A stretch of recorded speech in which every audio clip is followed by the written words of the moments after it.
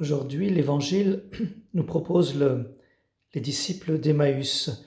Le même jour, c'est-à-dire le premier jour de la semaine, deux disciples faisaient route vers un village appelé Emmaüs, à 2 heures de marche de Jérusalem, et ils parlaient entre eux de tout ce qui s'était passé.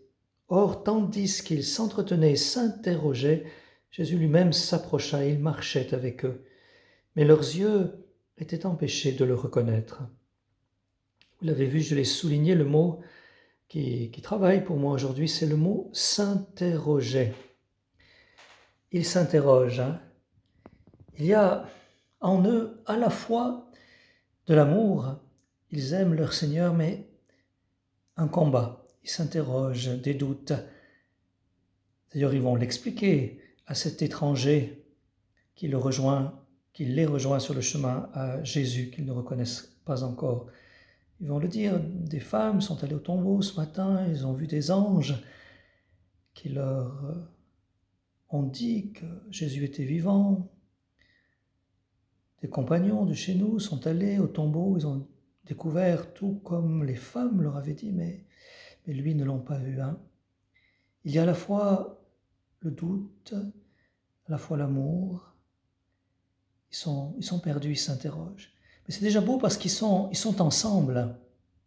Ils s'entretiennent entre eux. Ils réfléchissent ensemble. C'est aussi beau d'être à plusieurs pour chercher les chemins du Seigneur. C'est vrai que moi aussi je m'interroge sur beaucoup de choses, j'ai beaucoup de questions.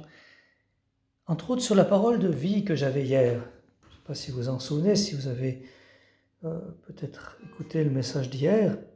Ma parole de vie, c'était « Va trouver mes frères pour leur dire que je monte vers mon Père et votre Père, vers mon Dieu et votre Dieu. » Et suite à cette parole de vie, je me sentais vraiment interpellé à aller trouver mes frères. Bien sûr qu'en période de confinement, pas possible d'aller physiquement, mais j'ai passablement fait de téléphone. Alors, c'était assez facile de téléphoner, de trouver mes frères, mais je trouve que c'est plus difficile, je ne sais pas toujours comment m'y prendre pour leur dire la bonne nouvelle de Jésus ressuscité, pour leur dire que, comme Jésus disait, que je monte vers mon Père et votre Père, vers mon Dieu et votre Dieu. Et une de mes interrogations, c'est justement, Seigneur, comment faire? Comment dire la bonne nouvelle aujourd'hui? Comment transmettre ma foi en toi? Et il n'y a que le Seigneur qui continue de cheminer avec nous, qui peut nous apprendre à annoncer la bonne nouvelle. C'est un peu ce que disait Monseigneur Lépine à la messe chrismale à Montréal jeudi dernier, que j'ai repris dans le message de dimanche. Nous sommes toujours en mission, Jésus continue d'être avec nous, même dans cette période de confinement. L'Esprit Saint est toujours avec nous, il faut lui demander sans cesse « Mais qu'est-ce que tu attends de moi? Comment est-ce que je peux vivre la mission aujourd'hui? Comment est-ce que je peux annoncer que le Christ est avec nous, est auprès de chacun de nous dans les combats que nous menons ?» Alors voilà, c'est ce que je demande au Seigneur, qui est toujours avec nous, qui chemine toujours avec nous, qui vient nous expliquer les Écritures, qui vient nous enseigner à témoigner de notre foi aujourd'hui à travers les moyens que nous avons pour nous rendre auprès de nos frères et sœurs.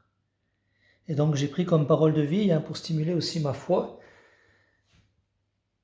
comme votre cœur est lent à croire tout ce que les prophètes ont dit, ne fallait-il pas que le Christ souffrit cela pour entrer dans sa gloire? J'ai besoin de cette foi, Seigneur.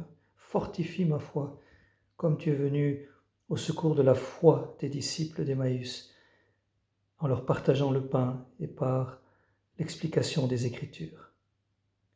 Et donne-moi ce regard de foi, fortifie ma foi pour que je sois témoin de toi, et je transmettre la bonne nouvelle à mes frères et sœurs. Au fond, à Pâques, on offre des œufs, on mange des œufs, les œufs de Pâques. Mais la grâce que j'ai envie de demander, c'est plutôt d'avoir des yeux de Pâques, c'est-à-dire une foi fortifiée pour te faire connaître et aimer et transmettre ta lumière à mes frères et sœurs. Belle journée bénie à tous.